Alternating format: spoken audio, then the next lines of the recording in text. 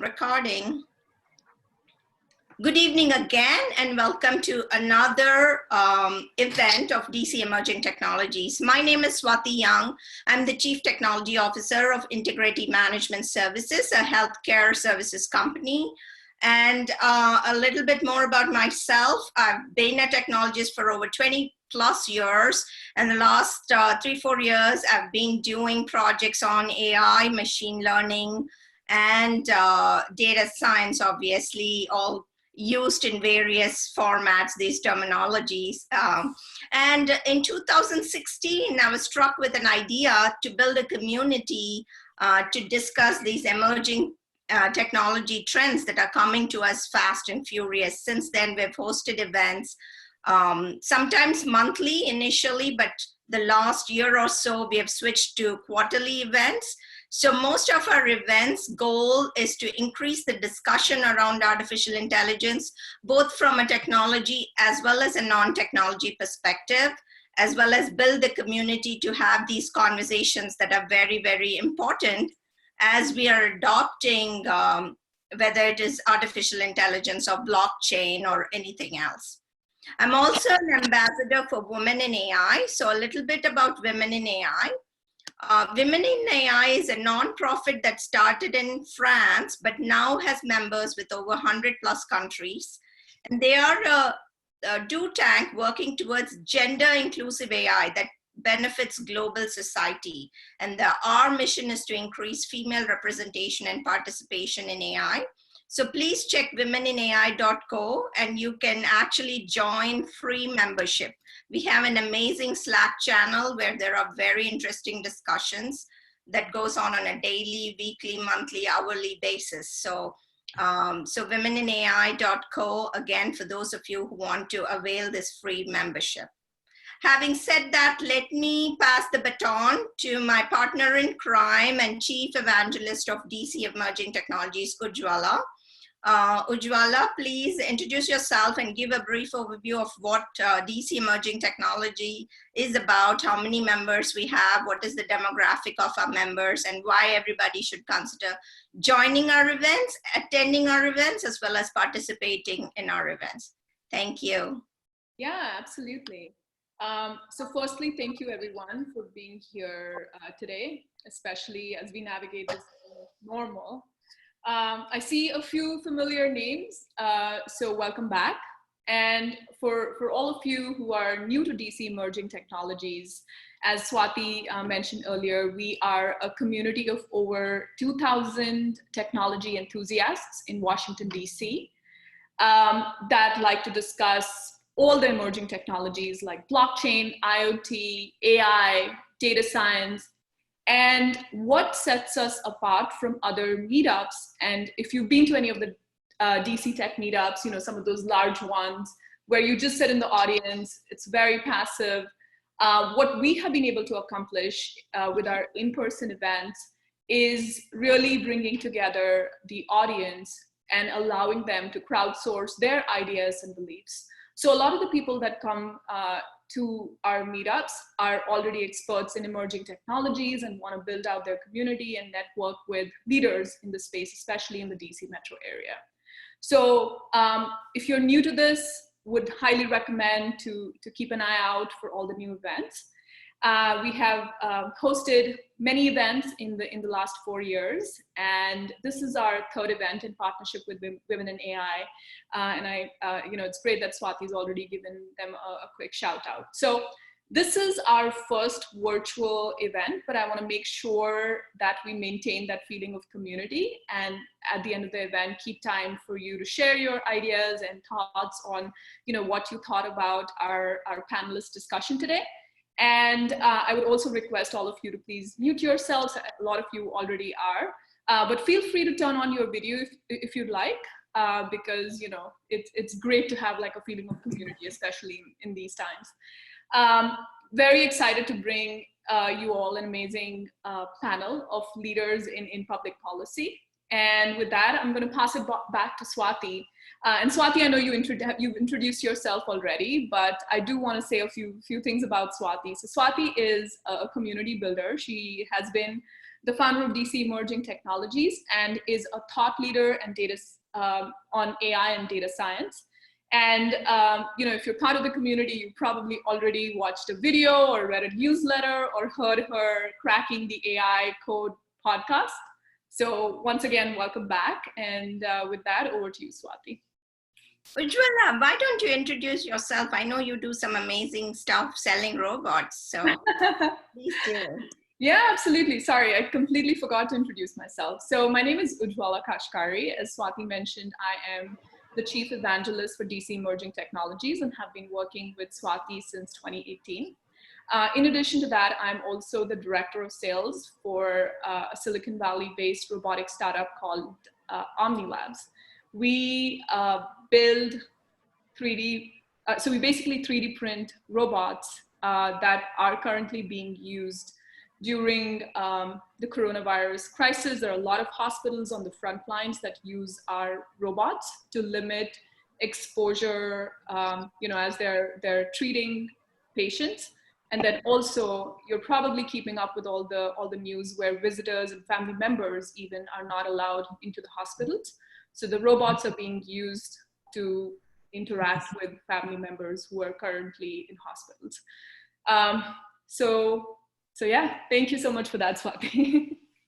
Of course, too often we women forget to pat ourselves on the back. So thanks, Ujjwala, for the introduction. So I did want to add one thing. Sure. Since you said women, I do want to it's a very big deal. This is the first time we've had an all-women panel. So very, very, very excited about that.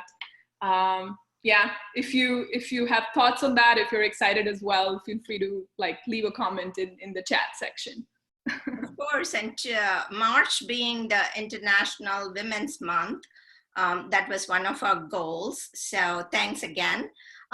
So without further ado, I will pass the baton again to introduce our esteemed guests and speakers today.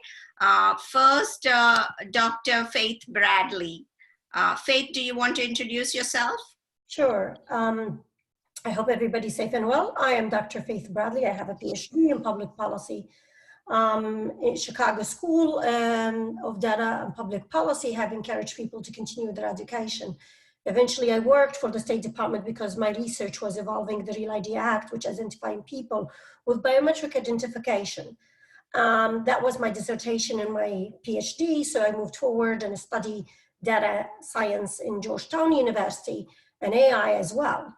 I'm teaching machine learning algorithm analysis, gamification, and simulation theory, and I work as a consultant for the State Department. My background is very unique because I actually like coding and I like machine learning, but I kind of use it mainly to regulate policy from the government side. If you find my background something that interests you and maybe I could help you in the future, please LinkedIn to me. So you can find me as Faith Bradley in Washington, D.C. And it's nice to have you all. Thank you, Faith, and thank you again for your time today.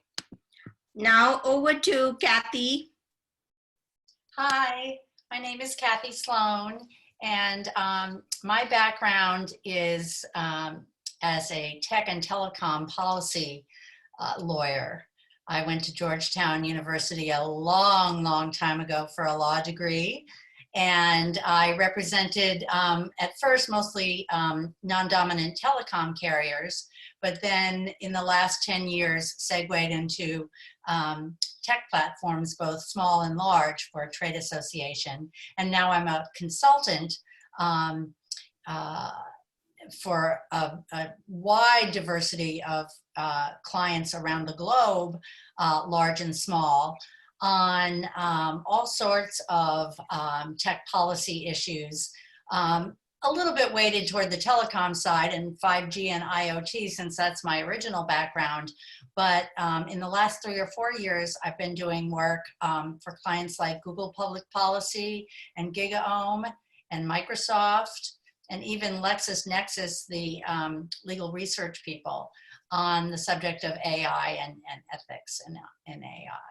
So Thank you. Thank you. Thank you for your participation. And last but not the least, Ash. Hey everyone. So I'm Ash Kazarian. I'm Director of Civil Liberties at Tech Freedom, which is a tech policy think tank here in Washington, D.C. I ended up in tech policy in a very interesting way, but I think everyone comes to tech policy since it's so new in some weird way. A lot of people come for actually telecom.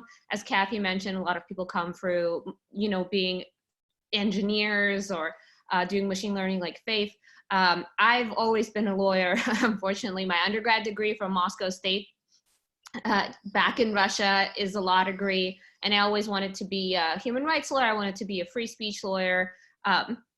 When the reality in Russia really sank in, I moved to the United States, got another law degree from Yale Law School, also focused on information technology and free speech. And then I moved to DC and I started working in civil liberties. My research mostly focuses on, I would say, intersection of First and Fourth Amendment with technology, which is a lot. But it's, free speech online, our privacy from government and from basically everyone else. And I'm looking forward to this discussion. Awesome, awesome. Thank you, Ash. And with that overload of these wonderful introductions, let me kick off.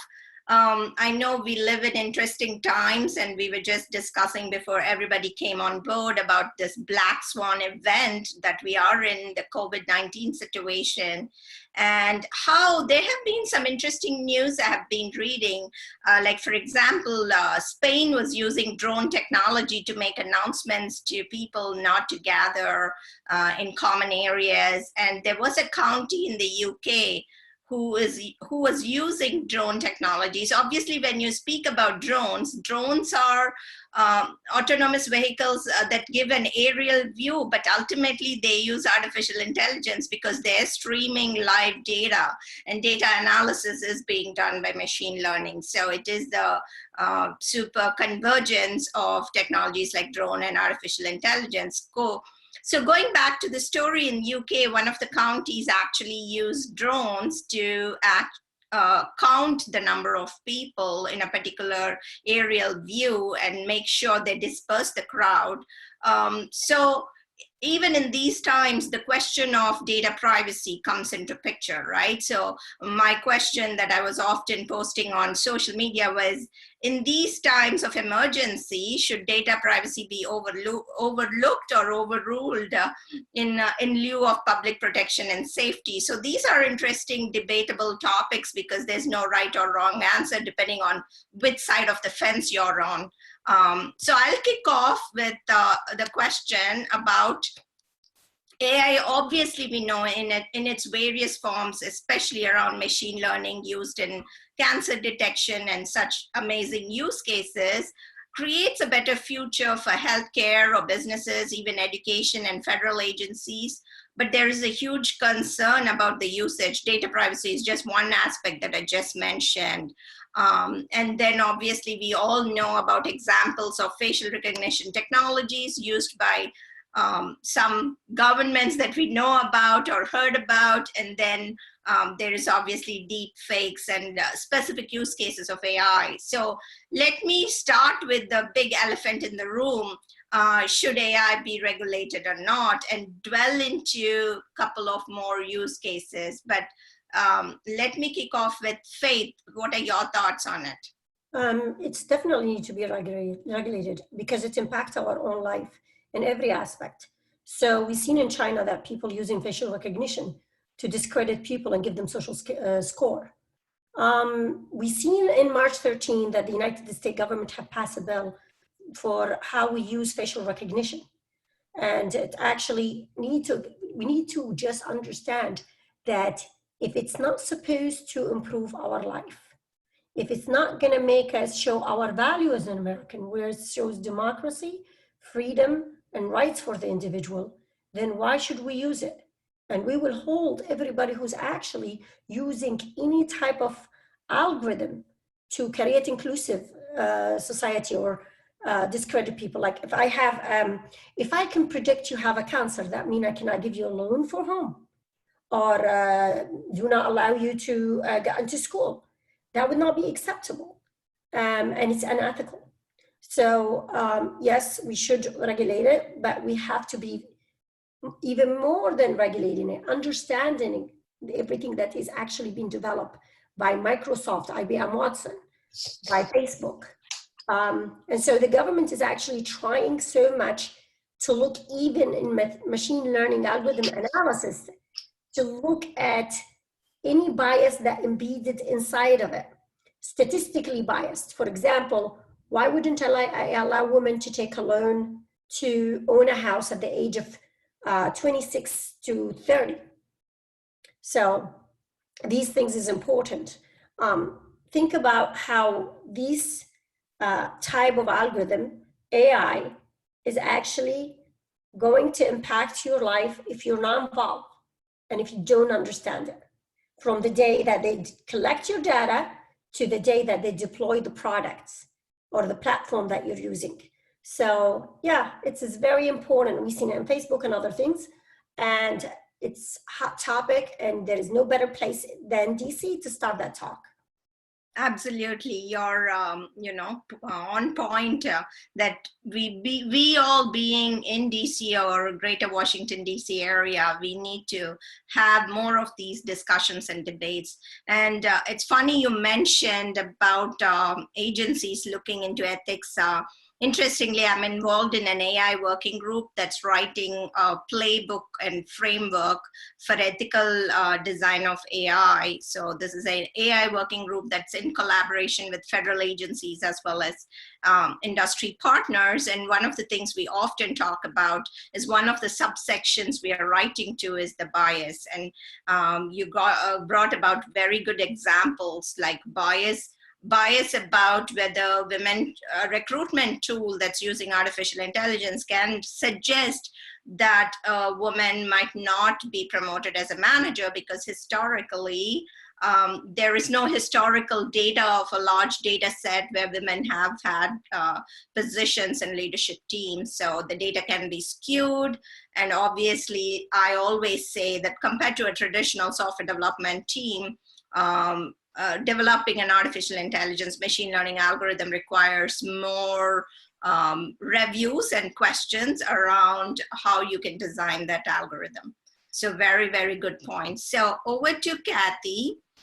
What are your thoughts on regulating AI and some of the use cases you can think about? Well, I would encourage people to think about it in terms of the framework that bifurcates government uses of data and AI versus commercial or private uses. Because not only the laws governing each vary considerably, but a lot of the concerns do too. And so both the Obama administration and now the Trump administration have put out a guidance on AI. And I think Ash is going to talk about how the White House guidance this year has been more is sector specific, and that is good. But I would just highlight the fact that in terms of the government, whether it's the federal government or the local cops tracking you, they are constrained by the Fourth Amendment that, you know, law enforcement authorities in China or even South Korea don't have. So yeah, if you're talking about a drone, like, you know, surveilling people to make sure they're not congregating and they're dispersing because of the virus, that might be okay. But as soon as you would add like facial recognition of individual people or GPS tracking of individual people's cell phones, even if it's for a really important public safety goal, you know, it's a legal and policy question that is fraught. And so, whereas by contrast, those issues such as employment, hiring discrimination based on biased data and all those kind of harms that can come in the commercial sector are important too, but they're governed by a completely different set of laws and concerns, I would say. No, that's a good point. Whenever I hear some startup ideas where they are actually using machine learning algorithms to maybe crowdsource or count the number of people in a room, there is like this line of demarcation between, are you actually taking personally identifiable information, or are you taking generic? So there's that line of demarcation is what you're talking about. Oh, there are 10 people in the room versus there is this person in the room. There's a Swati or a Kathy in the room. Big difference. So thank you for those use cases. And over to Ash. I know you're very passionate on this topic. What are your thoughts? Right, thank you. I think that we need to start off by acknowledging how different types of AI are and how very much ingrained in our lives it already is. Because AI, different levels of AI, different levels of artificial intelligence are in every single part of our lives, unless we are like in an Amish country or something. And then go from there. And so the questions of bias obviously come up, questions of the ethical, weight of AI come up. And in conversations like that, we always should ask the question of, okay, we definitely need to design an algorithm that's not going to be biased against women or minorities. But at the same time, we live in a society that has that bias engraved, and we haven't achieved, equality in any way yet. So we should think about it, and we should think about this technology as a way to help, as a way to move forward. Another example that comes to mind is sentencing algorithms, which are a very tricky question. But at the same time, a lot of judges are biased. A lot of judges are of a certain gender and of a certain age and of certain beliefs. And so sentencing AI can be that maybe, I'm not saying let's move fully to an AI and let AI decide these things. But when you have a system in place that has an AI recommendation, if a judge sways very far away from it, that can be, that will be flagged, and that can be a reason for an appeal, let's say. So that can help equalize and balance a lot of the things. So that should, I think, thinking of using AI with a human factor, at least for now, be helpful in moving forward. And a thing I would say too is that when we talk about AI regulation, and I don't think anyone is pro full non-regulation of AI. No one would, I mean, I've met some people who are, but in the tech policy environment with decision makers and policymakers, it's just the level of how specific do we want to regulate and what enforcement mechanisms do we want to have there. Mm-hmm. I believe that the number one thing we should focus on is real harms. So we should focus on real harm that consumers or just people in general are experiencing, and definitely go after companies and people who are creating that AI that's creating that harm. Mm-hmm. Number two, as Kathy said, the White House guidelines, the current Trump admin guidelines, they came out in January, which feels like a year ago. They were really encouraging agencies to let innovation grow, while also they had some really great ideas about transparency, about thinking in a grander scheme of things. The one problem that I saw with those guidelines was that they didn't have any real enforcement mechanism. Right. So it was a kind of guidelines to agencies, right? A lot of these agencies, I mean, they're overworked. I'm really thinking of all the government workers right now who have to go to work, to keep the country running, and so grateful to them and everyone else who's out there. But also, a lot of them are career bureaucrats and have been kind of living that government career for a long time. So there's no enforcement mechanism where an executive top branch that came up with guidelines, no matter who the president is or who the next president is going to be, can say, hey guys, we want to make sure you're actually following them. Mm-hmm. And there's no way for companies or consumers to appeal to an agency and say, hey, you're not following these guidelines, you should be responsible for not following them. So that's the problem I see in a lot of AI regulation, that either it doesn't have teeth or it goes too far. There are a lot of bills that thankfully haven't passed, but that I have seen and I have commented on, that just, they're like, let's stop everything until we figure out a way to move forward with zero harm. or zero potential harm, right? Right. And that's just stifling innovation, and that's going to hurt more lives than it's going to save. Think about driverless cars, right? The rollout is very slow, rightfully so, but there are some areas where the rollout is too slow. And even if you look at numbers, the further we get in this technology, I mean, number one reason people get into car crashes and die are other humans. Like the human factor would always be higher than like an algorithmic mistake. So there are a lot of things that we can dig in deeper, and I'm sure we will, and there are tons of these conversations to be had. But I think focusing on real harm and having an enforcement mechanism are very key things to keep in mind. Thank you. Thank you. I want to comment a little bit on the interesting use case you brought about judges being biased, right? Right now, we as humans, I know that there is a Wikipedia research article that we have 186 cognitive biases. So we as humans are biased, and it's not going away as long as we exist. And you brought that interesting point about a judge who gives a parole or something else. I was reading this book, Talking to Strangers by Malcolm Gladwell, and he does compare an artificial intelligence experiment along with a human. And one of the interesting things he notes is that when a judge actually makes a decision, he has to look at a person physically, because his thought process is not just based on somebody's history, but also about the person's behavior, which he feels he can judge when he or she, when he looks at the other person. Whereas an AI just looks at past history and doesn't actually look at the person. And sometimes in that experiment that Malcolm Gladwell was, the AI specifically, he said, made better decisions. So yes, there are interesting use cases like that. And we will get to the topic of self-driving cars. I think it's a huge topic. We can talk for hours on that topic alone. But thank you. That was interesting use cases as well.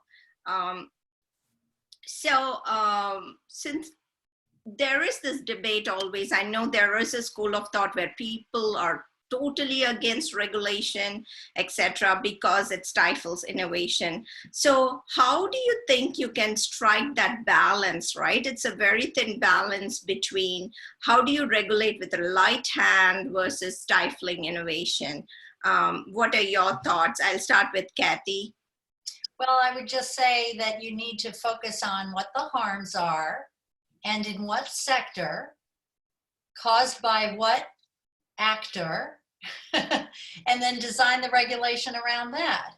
And so in the US Congress, I mean, there's a separate, on both the House and Senate side, there's separate committees for health education and labor, and for commerce, and for judiciary and all what the government law enforcement can do, and you know, armed services and you know, their use of drones is a really big question. In the Pentagon, you know, I mean, the main thing, obviously, with all of this is that, and it dovetails with the future of work discussion, which is that you're always going to need human supervision.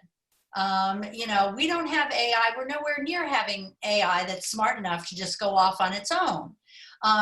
We have AI that's smart enough to maybe make medical diagnosis supervised by doctors. They can be even more accurate than doctors. We have AI that is certainly trusted to recommend products to people in the commercial market, but we don't have AI that's smart enough to just go out and make major decisions involving people's lives, involving public services, benefits, jobs, all that kind of stuff without human supervision. Insurance is another big one, okay? So, you know, what a policy should be based on what some business or individual's unique risk is. AI can help with that, but, and I'm sorry, what was the question we started from here? Yeah, I was asking about how do you strike a balance, but since you have a very interesting background, Kathy, I wanted to ask you, because you do a lot of, or you did a lot of telecom policy.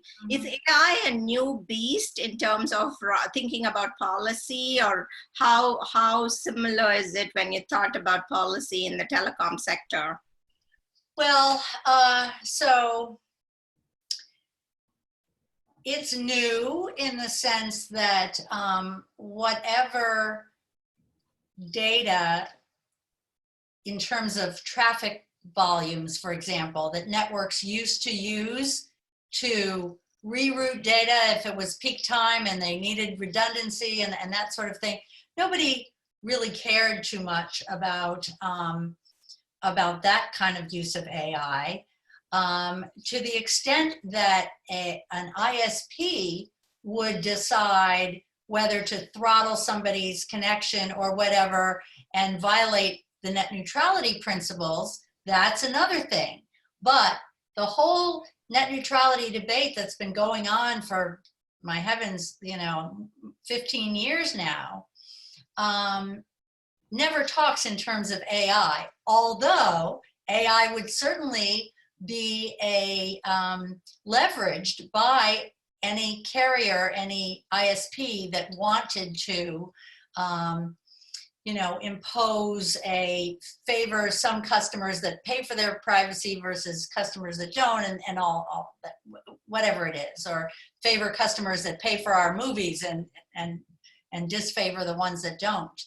But then fast forward to the use of networks, including 5G networks and edge networks with micro data centers very close to, a smart city, very close to the edge, very close to a car, and how those networks might be relied upon to have, a driverless car avoid a crash. That's a whole new kind of bucket of issues, right? And in terms of autonomous vehicles, driverless cars in particular, I mean, there's just legally, not only ethically, but legally, there's just so many issues of, where does liability come down? So we get to the point where a driverless car can be said to have algorithms that make it much less likely to make a mistake than human error drivers. Still, when something bad happens, either to a pedestrian or another vehicle or whatever, is it the vehicle manufacturer? Is it, is it the 5G network operator? Is it the hardware? I mean, whose fault is it? Yeah, it's huge, huge. So that'll all have to be worked out. Right.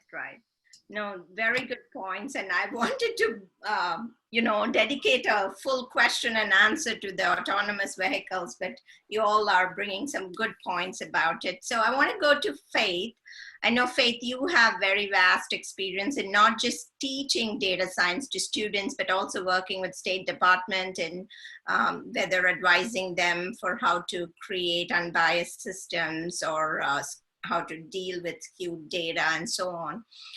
Faith, what are your thoughts about regulating? Can we adopt a stance like GDPR that was introduced in Europe? We can't rush. Like, there is a lab that actually researchers and scientists that they don't think about the social impact yet. They're trying to be creative and they're thinking we should let them do this. We're not going to stop their mind from being creative and great thinker. We need them to be on the lab bringing the best solution. Now, the second part, when they launch things in public, we want to see the benefit or impact on the social impact on us as a human individual before they launch it. So we need to look after they invented something and they want to patent it or even launch it into the public use. We need to look at the outcome. Is it fair or unfair? We want to look how is it actually going to transform our society, the effect. Can we trace the algorithm and does it make sense to us? And then after this, we kind of like stop for a second and look at the winner and the loser in society. And we bring them to the table in a hearing and try to regulate it. The fact that we try to just hammer everything before it actually exists is impossible. We know beyond doubt that there is like a caucus for artificial intelligence in the Congress, and they're looking at the effect. We also know for a fact, like Google, IBM, they're hiring lots of people who are actually in touch with the government as a liaison to understand and to explain, okay? Now, this type of structure framework looks big, but if we break it down to small steps, we actually gonna help to protect our society. So when actually when we start implementing anything and we launch any product, we need to introduce it to the public with some ethical standard after it was launched in a full capacity to be used by public. Prior to then, we can't. Now, sometimes we're behind, but we need to learn as we go.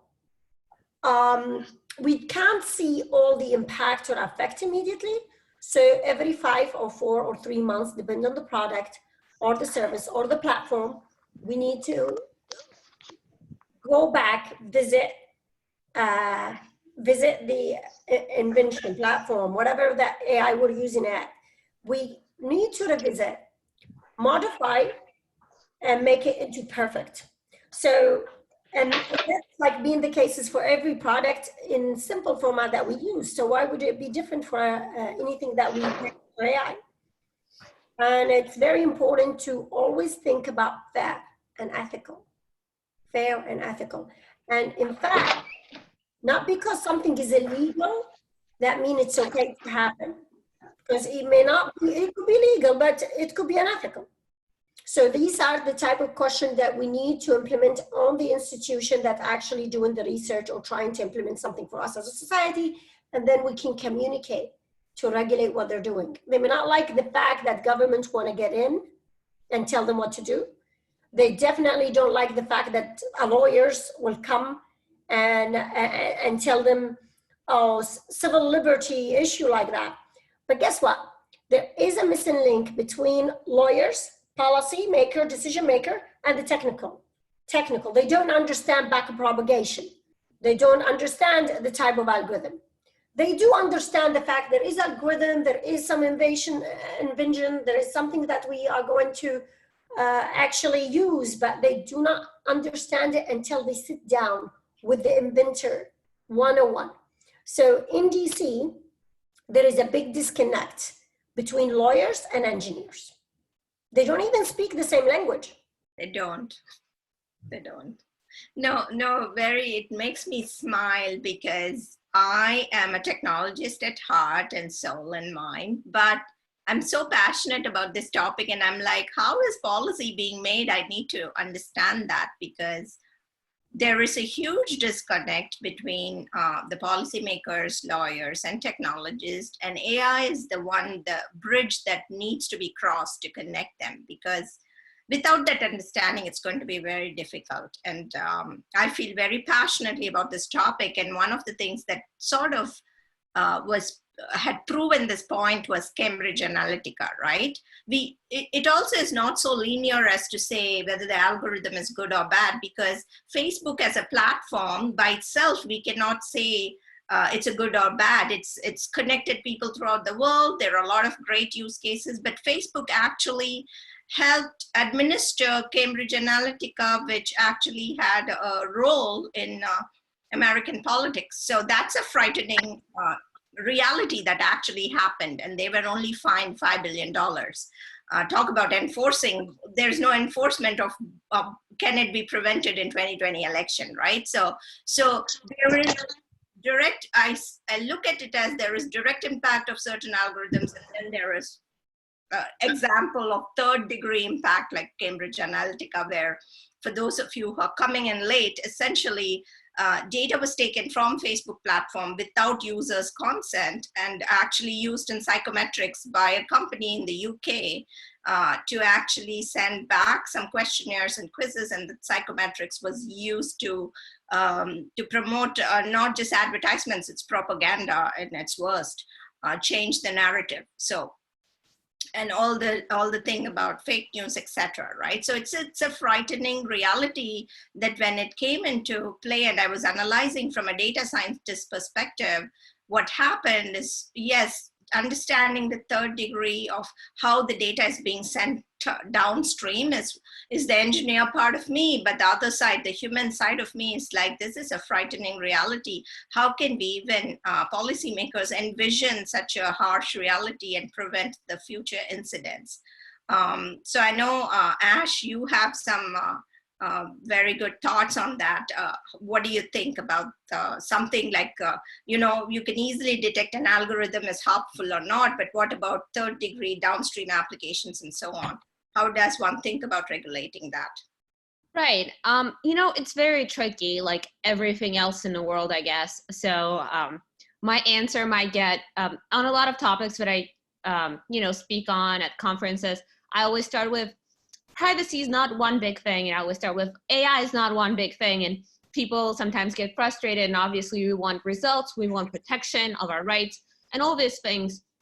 But it's very hard to balance. And these conversations, like the one we're having, are very important to have, and not just once or twice, to, you know, address them and to balance the, so for example, with privacy, I've seen a lot, unfortunately, of reaction to Cambridge Analytica being like, these are our privacy rights, it's like our property and we should be paid for it, right? And at first, to an observer, that sounds like a great idea. But then if you think about it, having privacy be a property right is the worst idea possible, but it's good because it's gonna create the most swept inequality you can imagine, because people, mostly, you know, minorities, people who live in poverty, they will start, if they have this property right, they're gonna start selling their data and giving it away for very little, whereas more privileged parts of a society are going to be the ones who benefit from the privacy. So concepts like this, I'm giving this as an example, are very important to stop, think about this, talk to, I know we're going on lawyers, but talk to lawyers before you do anything else. Right now, United States on the federal level is talking about privacy legislation. Obviously that's been put on hold while the California Consumer Protection Act is actually, I think, still going to go into effect on June 1st. The enforcement is going to go into effect. I think it officially was January 1st when it started applying, and then enforcement is June 1st. It's going to affect a lot of businesses already struggling right now. So that's a whole separate conversation to have. But with privacy and regulating innovation in that sense,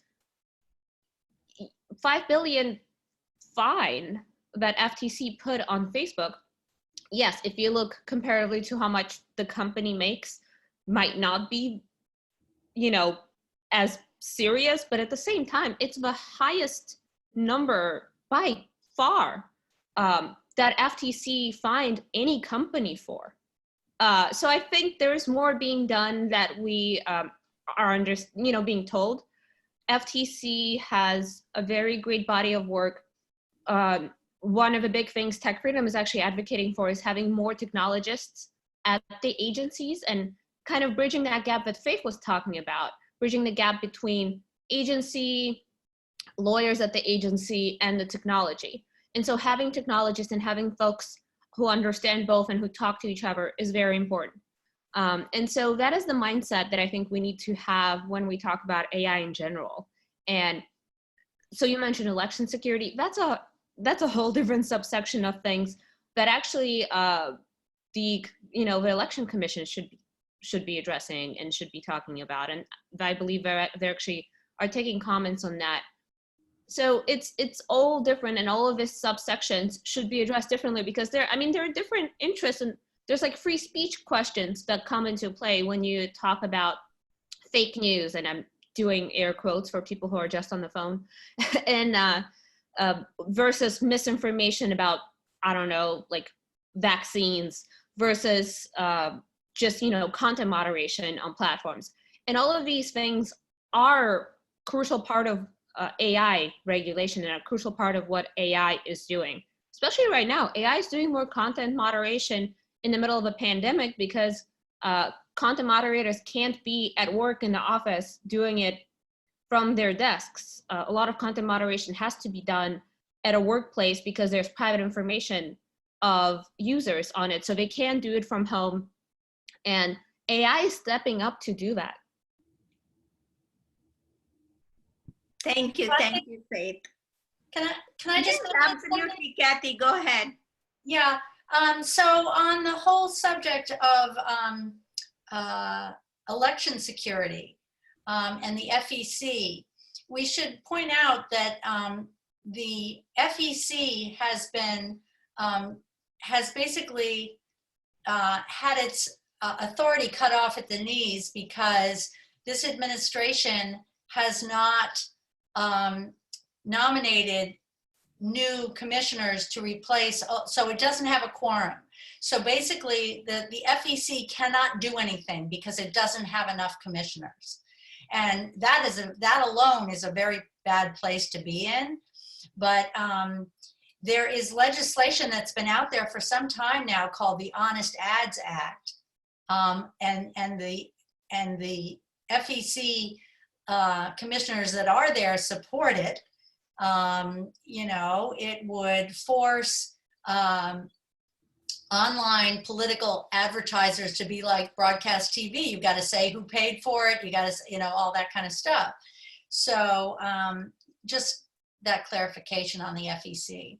No, that's an amazing point that you brought about, Kathy. I have heard about the Honest Ads Act that applies to traditional media like television and newspapers, and the question of why can't it be extended to content platforms or social media platforms is the. Right. I think, like you mentioned, I was not aware of the quorum, and pardon my ignorance, but I was like, why is this not getting discussed and debated on? So now I know why there's not enough people. Well, also, I mean, the Congress could go ahead and pass the act, but that hasn't happened either. It just hasn't gotten enough traction on the Senate side. I think the House would pass it without a problem. But and come back to me whenever you want some other pieces of legislation that people should be paying attention to. Sure. I'll go back to Faith and circle back again. So Faith, one of the questions that often gets asked, and I was speaking to some policymaker from the Reagan era, and he said AI policy and regulation will take a decade more to reach. So when do you think it's too early a time? Do you think it's too early to think about regulating some use cases of AI, or should we do it in parallel with whatever is happening? Because we all know the Moore's law is going to catch up. So what do you think? Is it too early? Should we wait, or what are your thoughts on that?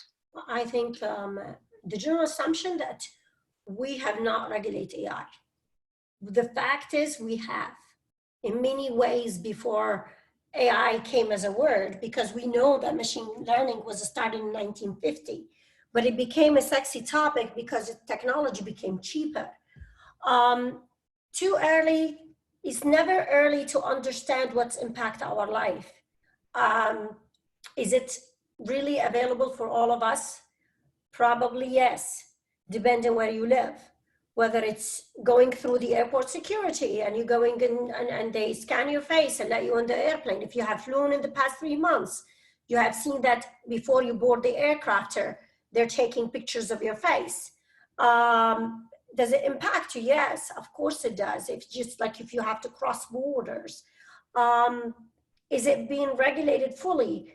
The question is not how early to regulate it. It's in what time, when we start making things accessible to public, how far do we wait until it hurts someone?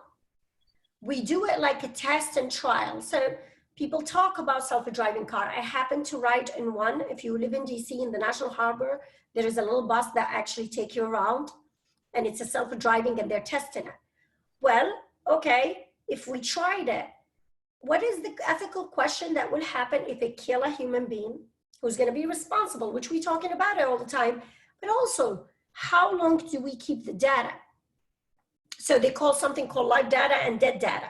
Dead data, it's gone, like temperature, body, other things.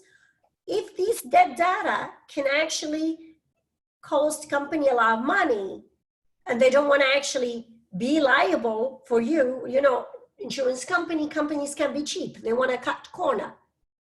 Do we really want to wait until we have someone killed on the road for them to keep the dead data?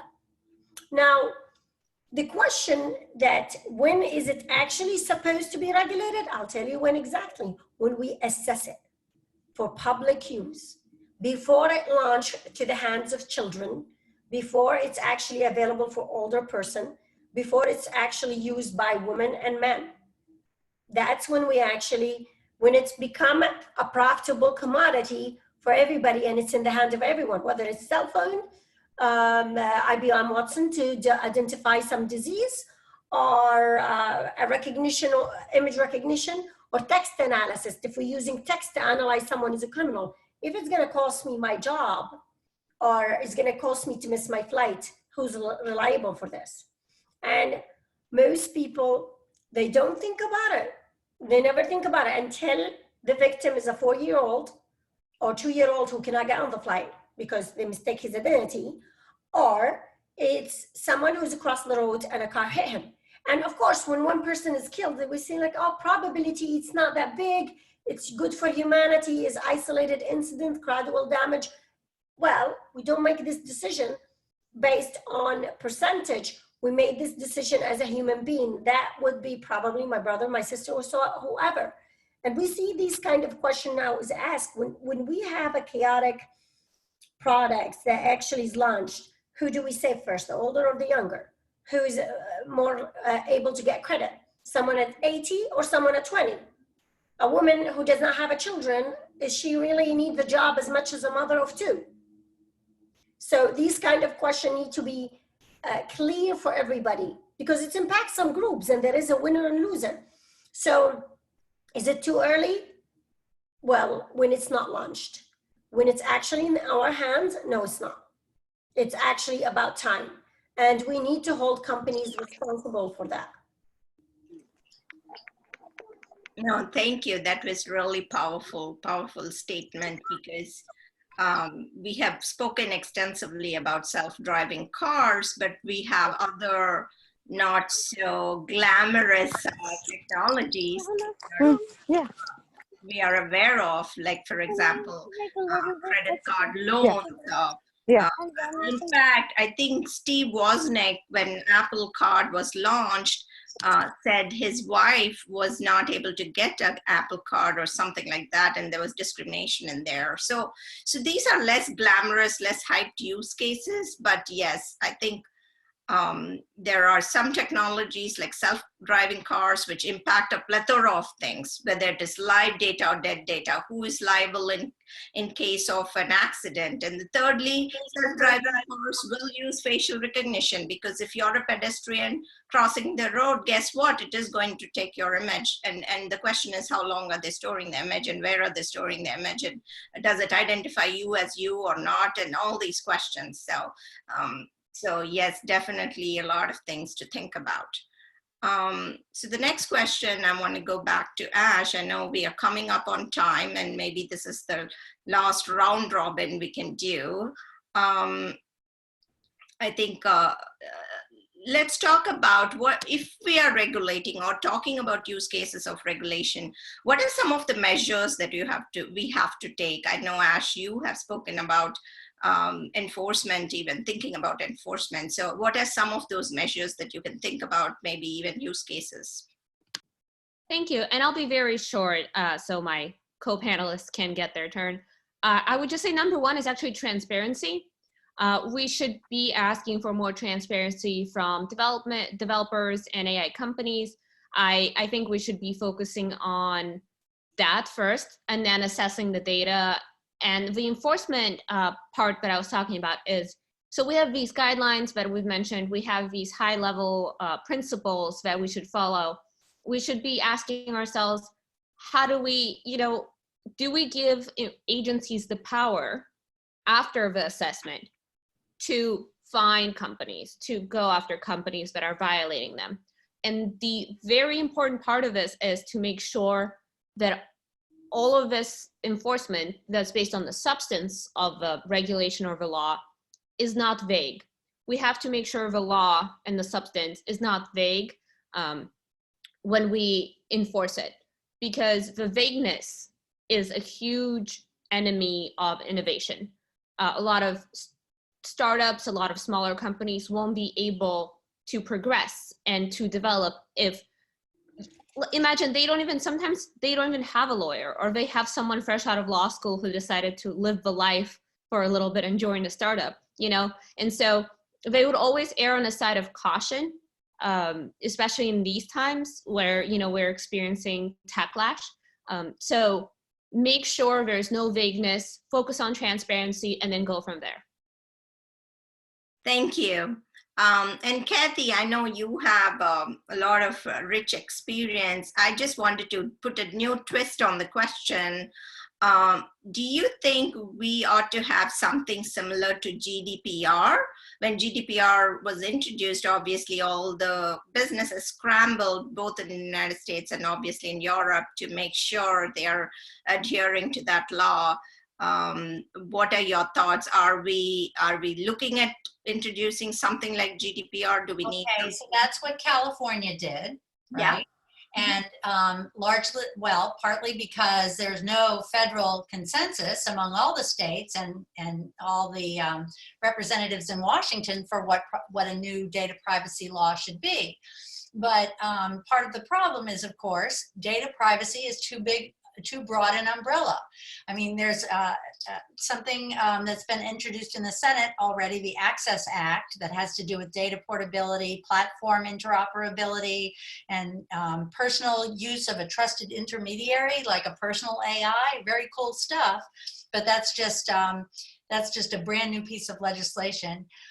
You really going back again, you have to go back to what's the harm, what's the sector, who are the actors, are you government or commercial, and who are the actors that are doing what harm to who.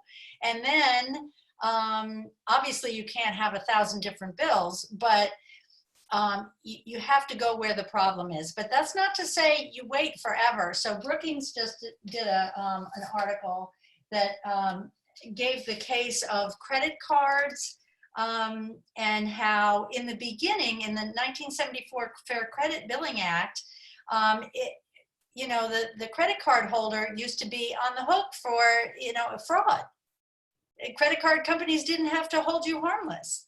And that wouldn't have worked at all, right? So they fixed that, and they regulated in a way that allowed all of us to use credit cards today and have it work, because the credit card company is our trusted intermediary. I'm going to take a few minutes because I happened to, for a client a couple years ago, put together a roundup of all of the global organizations that are specifically, they may do other things too, but are very focused on ethics in AI. And so these are the kind of organizations where the engineers and the policymakers do talk to each other on a regular basis.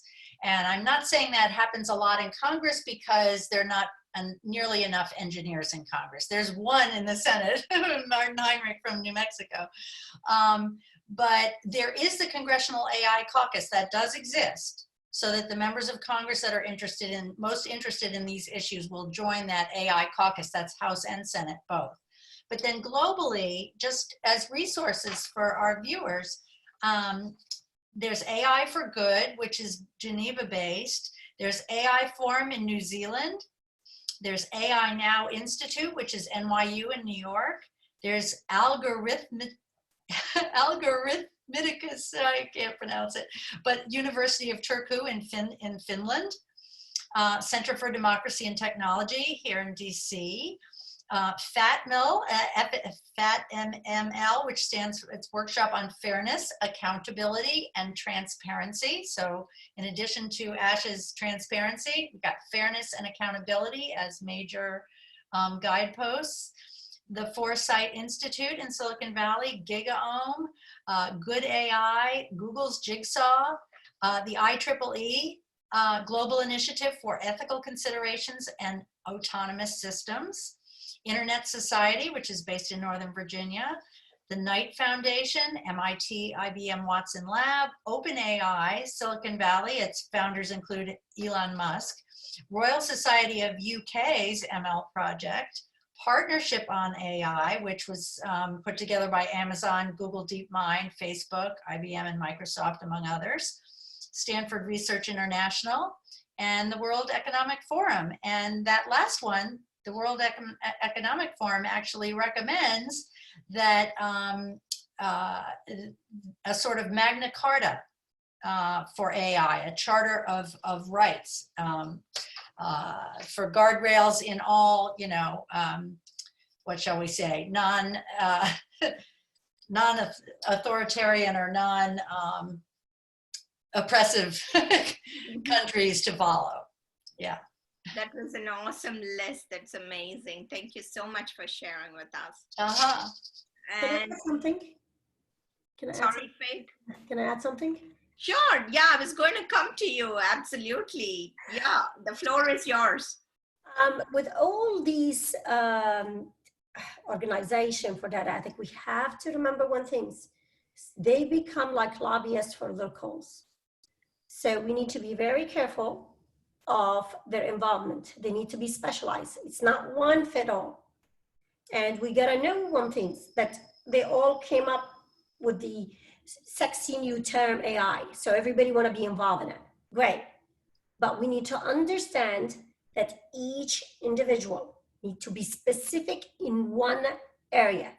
The area is so wide, so large that it's beyond comprehension. So I kind of like came across a lot of these institutions and organizations. The one that's supported by IBM, push for IBM products and services and understand that they look good and they are good at practicing ethic and they're doing the best they can. The one for in DC is actually, if they're getting funds and they're non-governmental organization, we have to be careful. So wherever we go, if we ever want to touch it, we need to brand them in a position, which everyone now is very generic. They're hoping to find themselves in the space of AI. The issue that I keep hearing from everyone who's in private sector, do they have engineers? Is there an engineer? They speak law, regulation, policy, engineers included in the table, always and forever. I haven't yet met one that has an engineer involved in specialized area that will make things understood to the common man. Because when they speak about math and algorithm and backpropagation and all of this, we're lost. Right. That's why I think if any of the participants here want to start their own institution of research, you would make $1 million if you found your position in understanding specific field of AI. If it was only for data and algorithm, backpropagation to narrow the error in something, you would do very well. But if you've gone in everything, you will always have, you would be pretty broad, but not practical, just to say it. No, good points, good points. I think one of the things I always think is the list that Kathy mentioned. I have read some of the papers published, but most of them, except maybe the Finland Institute. And one of the things that always comes to mind is there are all these awesome organizations doing great work, but none of them has been implemented or prevented any harmful use cases so far. In that light, one specific institution that I really have high regard is IEEE. They're very neutral and they do have ethics for each and every use case. So one of the things I'm involved is IEEE ethics only in autonomous vehicles. That ethics standards is separate, that is specifically for that use case. So if folks want to read about it, you can just Google IEEE ethics standards for self-driving autonomous vehicles, and they have a huge participation from throughout the world who have written those standards. So it's an amazing paper to read. Just to think about, if you're a data scientist, I think you should be reading it. It's in your best interest to be reading such papers, because you are making decisions at every level. So that, I feel, is the responsibility of every technologist, because we are not lawyers, but we can understand terminology, and I encourage everybody to read. So on that note, I'm going to open the floor. And Lindsay, are you there? I'm going to put you on the spot here. If you're there, wave to me. Did she drop off? Ujwala, is Lindsay around? Or? I'm trying to check. I think she's dropped off. I don't see her. So why don't you go ahead? I see a number of questions in the chat. First, let's go through those commentary and questions on the chat, and then open the floor to everybody. Yeah, that sounds good. And again, Glenn and Letitia, if you're around, maybe, instead of us reading the questions, if you want to ask the question, we can keep it very interactive. So Glenn, if you're around, that's a great question, by the way. If not, I'll read it. No, that's a good point. Yeah, I'm just saying Glen is around. Yeah, I see them. All right. Glen? Are you on mute? Oh, he's like, go ahead. Okay, fantastic. So Glenn's question is, oh, he doesn't have a mic attached. No worries, Glen, I got you. So the question is, are there any federal agencies that publish machine learning AI models, libraries, or data sets in their development pipeline so that citizens can provide feedback or crowdsource enhancements? For example, can you see an agency's GitHub and see some of their work? That's a great question. You can. You absolutely can. There is, the Labor Department is actually having all the data in GitHub. You could use it. I think it's depends on the level of security. So common knowledge and data that they want the public to be involved and develop a model, is you could see it in GitHub. I know for a fact the Labor Department have it. Some of the information from Defense Department, but it's common things, they're available. I know that there is a lot for text analysis. So all what you have to do when you get to GitHub, try to search, and then they have all their files for you to download. For the machine learning algorithm models they have, they're never going to give it to you because of two reasons. Security, you could actually try to, get into their models and cause some harm. So that will not be available for you to use it for personal level. However, if you are interested in working in certain agency, you could definitely seek, if you're still studying to be a data scientist, they will actually recruit you and intern you. And they will train you on their tools and platform. But, the data is available. The machine learning model, no. Overhead, yes. Like they're gonna say regression, classification, rainforest, k-nearest neighbor, but you're not gonna get the details.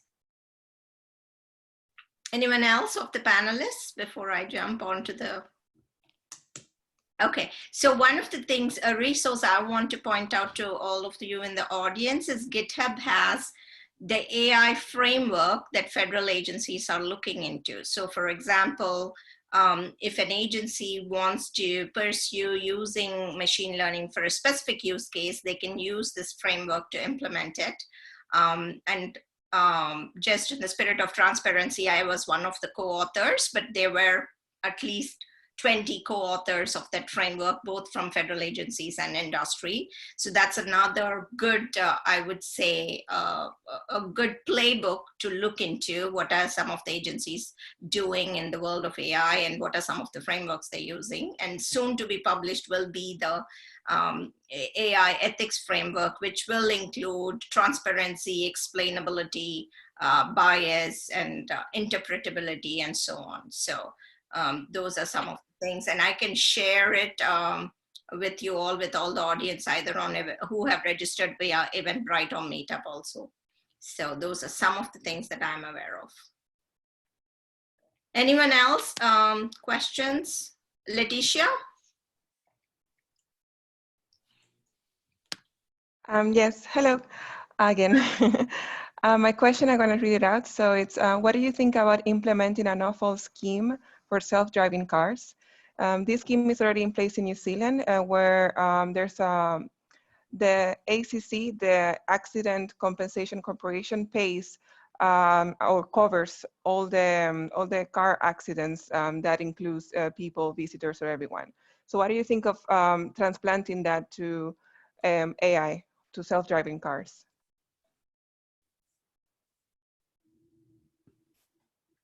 Anyone? Ash or? I'm not an insurance lawyer. My colleague Ian Adams is, but he is on paternity leave right now, so I can't even add him to this Zoom call. I would say that the big question on self-driving car regulation that we have to solve first before we go into details is, do we want to regulate it on federal level or state level? So the question of federalism. Are we going to allow states to kind of experiment and be little laboratories of democracy, or do we want to do this on a federal level? So that's where I think we should start.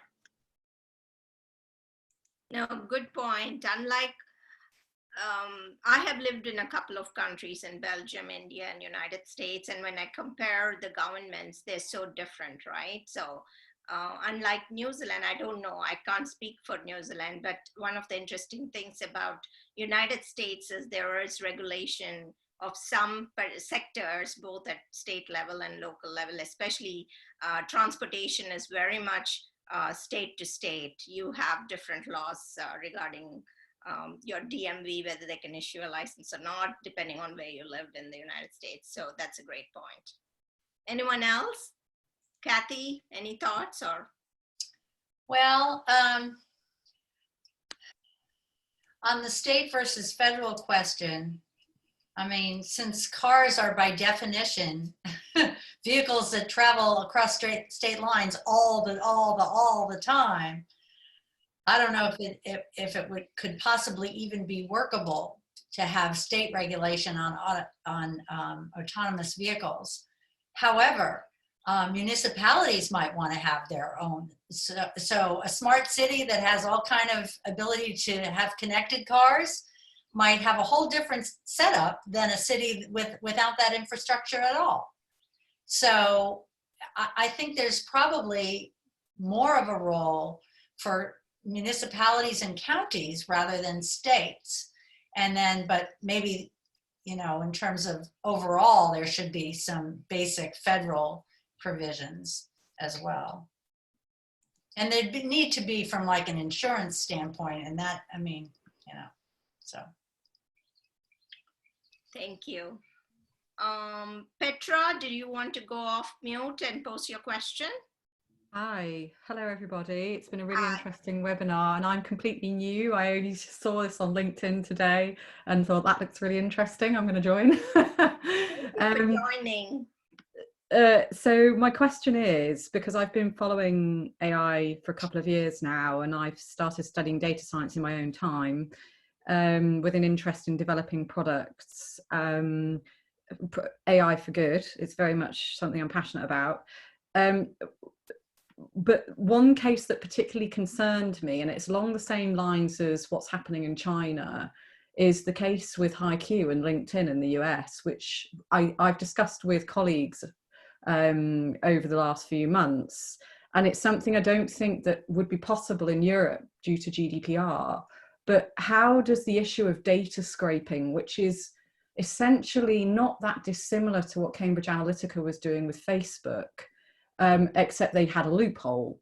How does the ethics around publicly available data work and how that's used? Petra, can you, I have not heard about the HiQ case.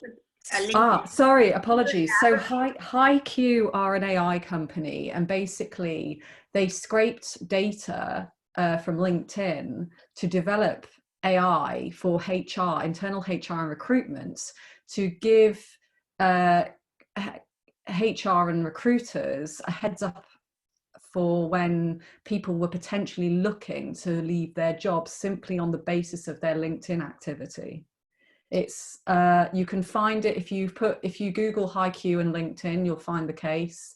HiQ 1, which was quite concerning, and it raised massive red flags for me in terms of people's privacy. I immediately changed all my privacy settings on LinkedIn.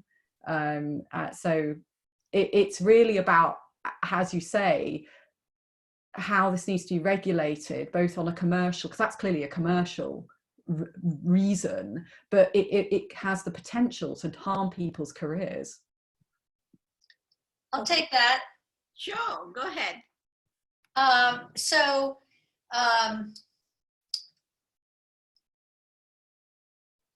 The core issue here, just as it was with Cambridge Analytica, is the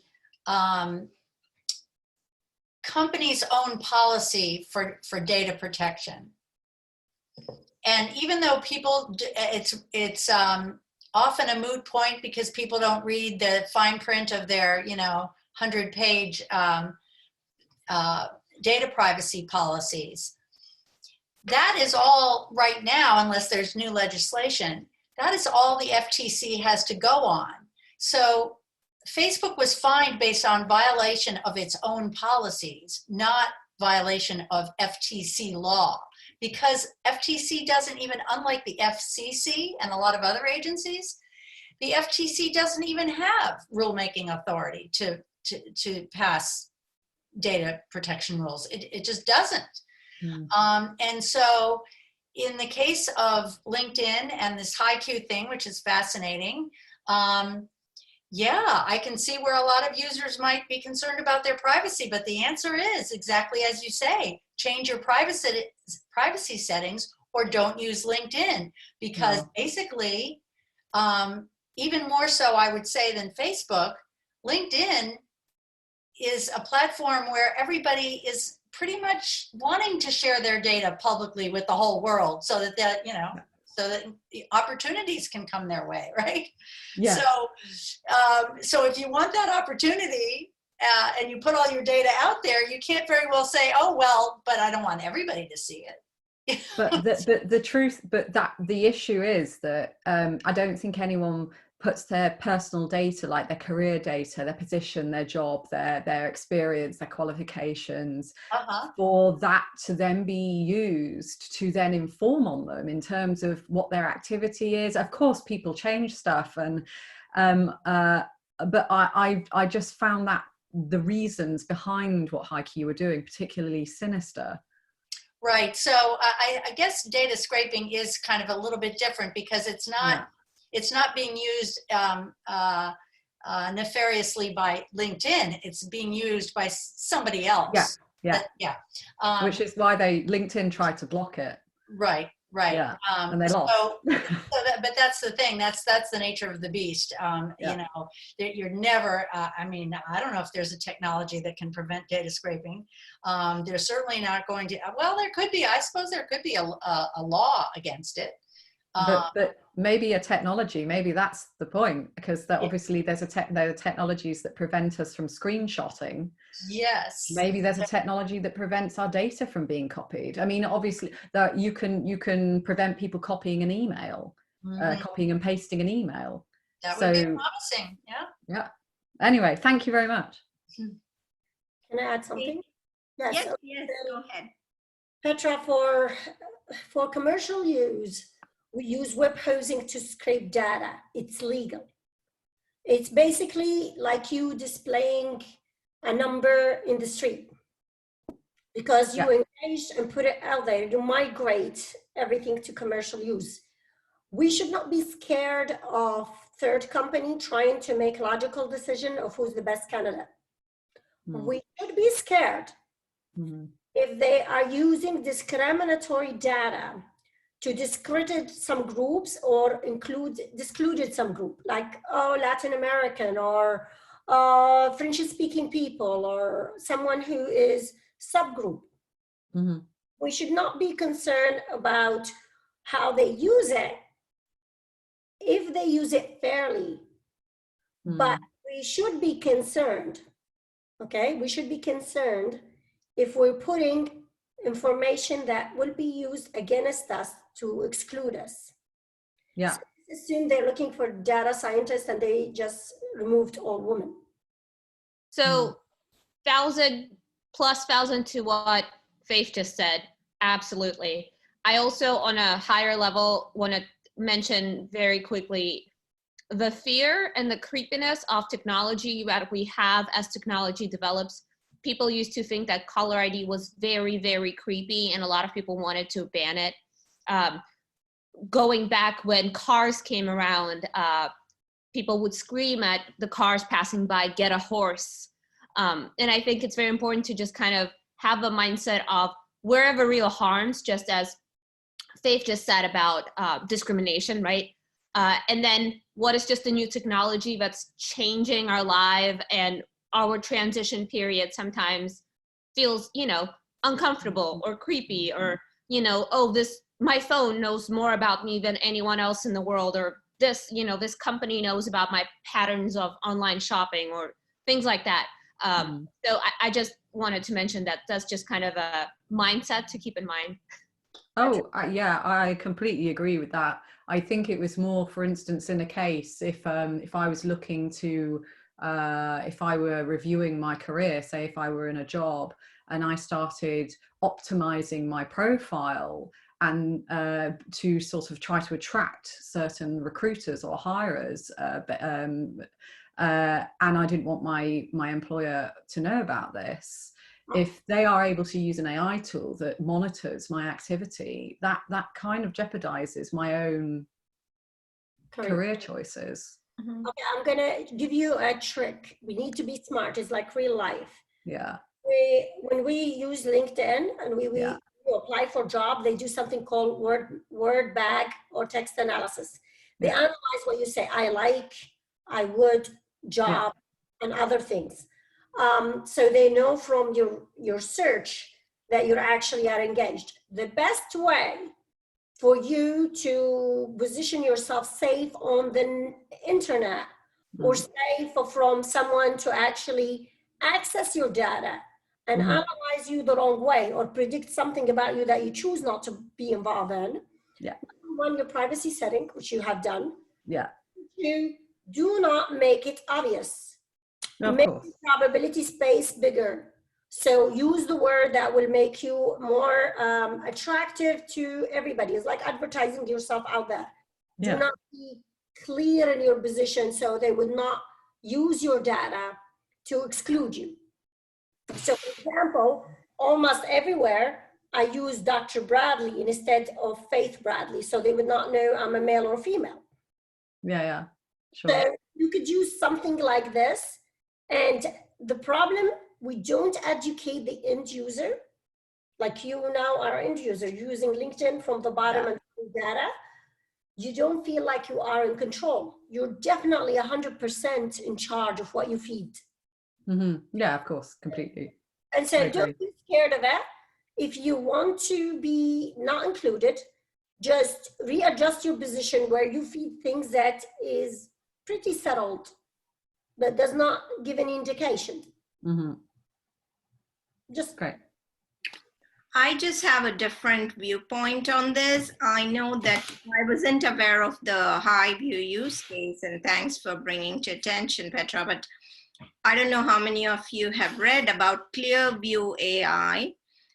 Clearview AI does similar things. It scrapes all the photographs of every individual from the internet, and it created a database of images of people along with their names, and they have actually sold this technology to law enforcement agencies throughout the world, not just the United States. So that was, I read a Medium article on how they were doing it, and obviously it is, again, go back to some of the topics we spoke about, a violation of data privacy and things like that.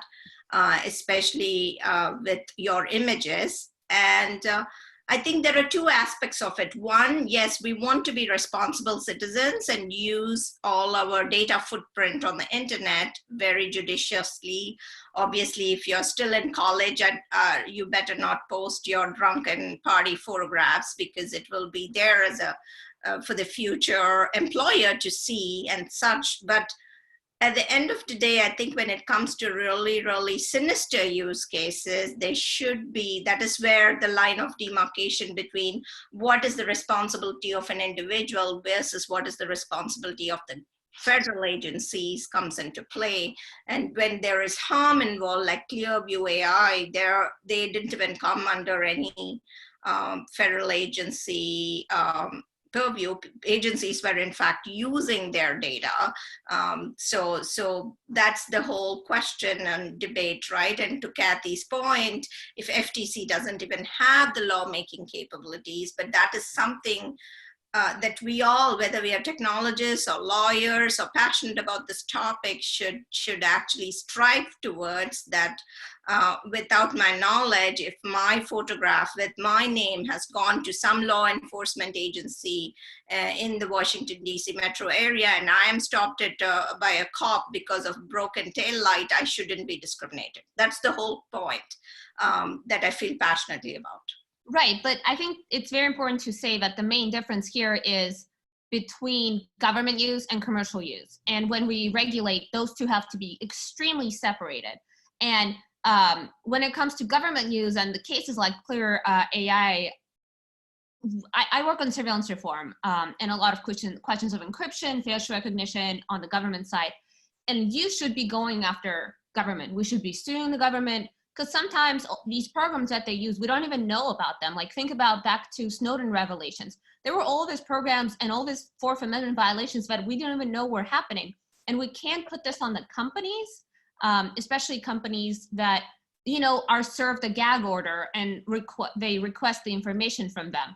The company can't do anything. A lot of companies fight them in literally secret courts. There's secret law, there are secret courts that exist that regulate this kind of thing. So it's just very important to separate the two. And when it comes to government and Fourth Amendment, to be working in that direction and not mixing the commercial use and the government use. Agree. Good point. I see another question. Mahalakshmi, you want to unmute and go ahead with your question? Yeah, sure. Thanks, Swati. So my question was also kind of with Dr. Bradley's insight, like we can be the owner of our own privacy settings and we can take control of what we want to share with the world. But recent experience, like especially after the GDPR and other privacy laws, is that like websites have to tell us that what kind of cookie settings is used and what kind of data they will be collecting. But I found that not a lot of websites are user friendly in letting you to do like turn off your performance cookies and analytics cookies and just let you use the essential cookies. And there were been some websites that didn't present the information that I wanted unless I have accepted all the cookies that were out there. So is there any kind of regulation coming up with this aspect? And I believe all the websites should be accountable for forcing users to even accept the non-essential cookies. Okay, do you want me to take it? Yeah, absolutely. So, all right, so several things that happen. You know, the right to be forgotten, like this woman whose pictures is loaded on the internet and someone actually committed suicide because they were displayed in the most hideous way.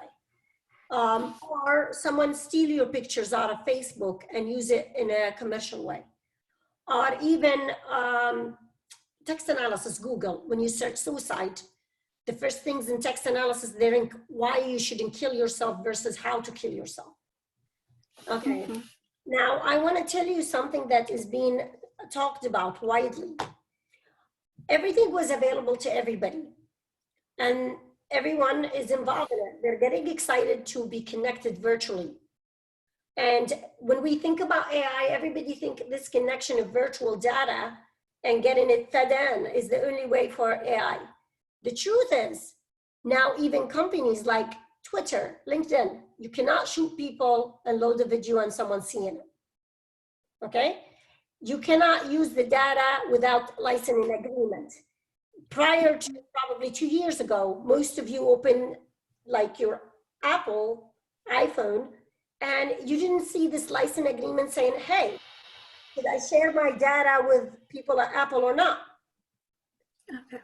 As you've seen, the social impact being assessed as the product being used by public and shows some sort of harm.